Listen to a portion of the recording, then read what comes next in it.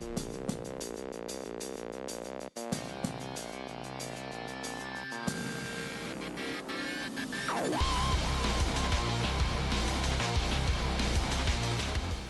guys, it's John from the VisiCast. We have a showcase video coming up, and this is for Darran's Ultramarines army. This is his last army that we have to show off. What got you into collecting Ultramarines?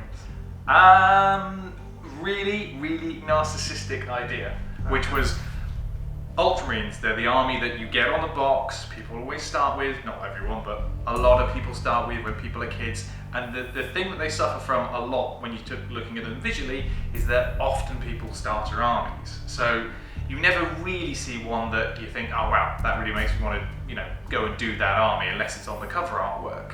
So that was my main motivation for doing it. I just wanted to have, in an arrogant sense, I wanted to have a very nicely painted Ultramarines army. And my initial thoughts for it were that I wanted to do an Ultramarines First Company.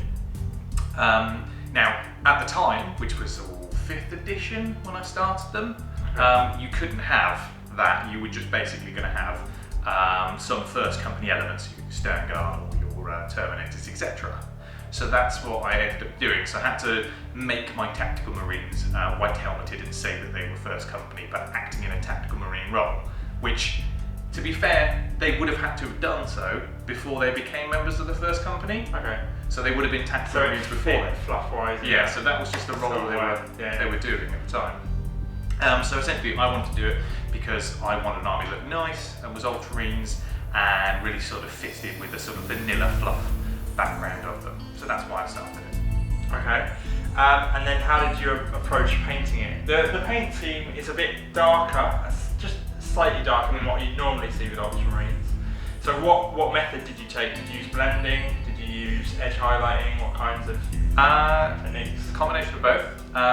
The darkness of the scheme really comes from a heavy metal masterclass on Sicarius when they released that model, and he had a much darker sort of feel to it. Not that I really noticed the difference before I started painting them. And basically I just copied that. So the masterclass for one character went across the whole range. Okay. And yes, there was blending in it. That was one of the things I really wanted to do whilst I was painting them, which was to learn to blend. Most of the time they came on the shoulder pads because they've got a nice curved surface on there. Yeah, it's a nice thing to practice. But that's how the dark scheme came about. And it kind of feels grittier to me. I didn't really like the brightness of them. They looked a bit too much like toys in the box art. They do look a bit more serious and they look mature. They've got a mature look. But they are. Yeah. First Company, so they've had time to ferment like a fine wine. Nice, very nice. So what was your, in terms of the blending, can you talk us through the technique you used? How you would approach blending if you didn't know how to blend? Find someone to show you how to do it. Right. That's the key bit. I mean, essentially there are a couple of different ways of doing blending. Wet blending, the people often use the sort of two-brush method where they apply a very thin, almost milk thickness, opacity. Yeah, a lot of people say you just get your paint to sort of milk. Yeah, get it to sure milk consistency. You sort of place a bit here and then drag up, but you place it with one brush and then you have a clear brush afterwards to sort of flick between your two hands and then use that to bring it up. It's very difficult to get it right because the idea is going to be that you don't get any sort of splodgy watermarks or anything like that, so it takes a hell of a lot of time to do. And often you'll find yourself either blending up towards the light bits or blending down towards the dark bits. If you really want to go for it, you would blend both ways. So you blend up to the dark bits and then using your mid-tone, which is the middle colour that you would have used, you would blend back down again. So it is very time consuming and very difficult to get right, but worth it when you have done it. Probably the sort of thing that you'd probably want to leave for your best models. Just because of the time consuming element? Very time consuming. Did you do that on every model, sorry? I think I did it pretty much on every model. Oddly enough, the Librarian that I did recently, I just did layering on that. Okay. Didn't really do much blending at all. Yeah. Because I wanted to get it done. But with the theme being so dark, such a dark blue, it doesn't really matter that much about the blending. Yeah. Perhaps if you're looking at more lighter colours, that's something you can consider. Okay. In terms of the types of colours, how many did you use? You had a base colour and then you had a layer and then how many highlights, that sort of?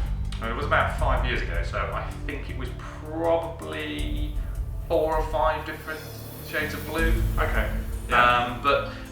colours that I used at the time are no longer available, but you can easily substitute for the ones that they've got at the moment, or whatever sort of company's paint range you want to go for. But yeah, just essentially sort of bring it up. Yeah, Cool. the white I would say is probably hard to be on them. How so?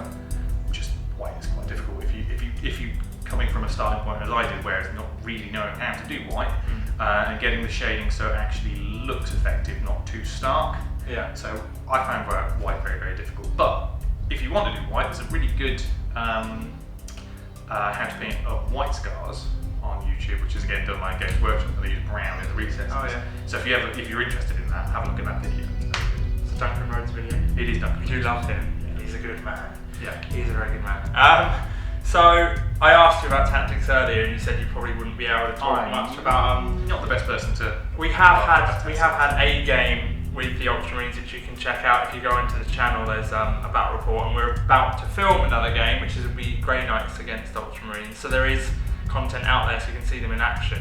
The one thing we did find very effective was the Librarian Conclave. They were mixed in with a Assault Terminator squad, and they did really, really well. They had the right powers. There are new psychic cards out as well. Yeah, we forgot to mention that actually, I think, in the video. We did in that previous video. So there were new psychic cards that had come out, which allowed Ultramarines and a few other races to use these new powers, and they were really, really useful. They were really good. Yeah. So the Librarian Conclave was something quite useful. I'd look into that if you're interested in starting an Ultramarine army. It was quite fun as well. Like it was quite a long psychic phase, but it was still interesting. So in terms of using that first company and having to bodge it in the first place, now that the codex has changed, you can actually use a proper. Yeah, it's a proper first company army. Yeah, which is really nice. I suppose, especially considering you had it already, right? And now the formation's coming to a late. I didn't even know it was a first company strike force until about 3 weeks ago when I bought the book. Really? I didn't know. That's a very pleasant surprise. It was. Very pleasant surprise. Okay, and what is your favourite model in the army? If you had to look at that army and think, this is the coolest model I've got, what would it be and why? That's a good question. I think some of the models that were not duplicated too much.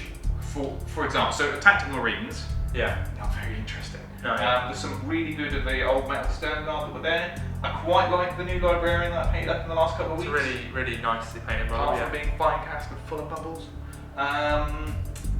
I think the Land Speeders, I don't use them very much because they're very expensive. I like the attack bike that they've done. I like the Land Raider, I like the Terminators. Basically, if it's not in power armour, I'm quite happy with it. Yeah. Very cool. Well, thanks for watching, guys. There are battle reports, including these Ultramarines. If you want to head over to the channel and check those out, it's well worth a watch because they're quite good battles. So, we'll see you soon. Cheers, guys.